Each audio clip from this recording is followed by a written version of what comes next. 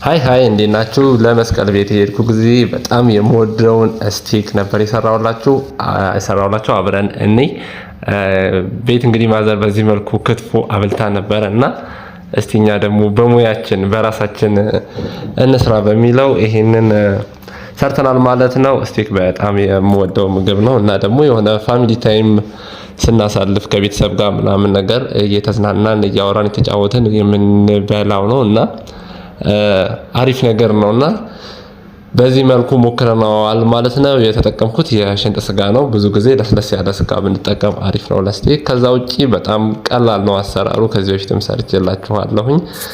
ይሄኛው ለየት የሚያደርገው ምንድነው? እሱ ትንሽ በዛ ያለ ነው።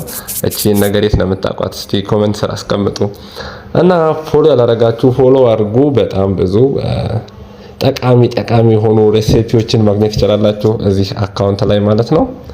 እና በዚህ መልኩ ሲዝል እናደርገዋለን። ሲዝሊንጉ ላይ የተጠቀምኳቸው ነገሮች በጣም በቀላሉ ልታገኟቸው የምትችሏቸው ነገር ናቸው። ኮሮሪማ፣ ቁንዶ በርበሬ እና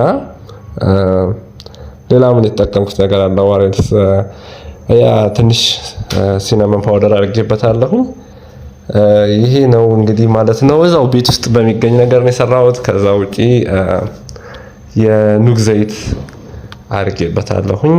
የኑግ ዘይት ብትጠቀሙ አሪፍ ነው። ብዙ ጊዜ ለማብሰያ ስትሰሩ ጊዜ ኦሊቭ ኦይል ብዙውን ጊዜ ኤክስትራ ቨርጂኑን ማግኘት ከባድ ስለሆነ እና ፕራይሱም ኤክስፔንሲቭ ስለሆነ እንዲህ ለሚጠባበስ ነገር የኑግ ዘይትን ፕሪፈረብል ነው እላለሁ፣ ይመረጣል። እሱን ተጠቀሙ።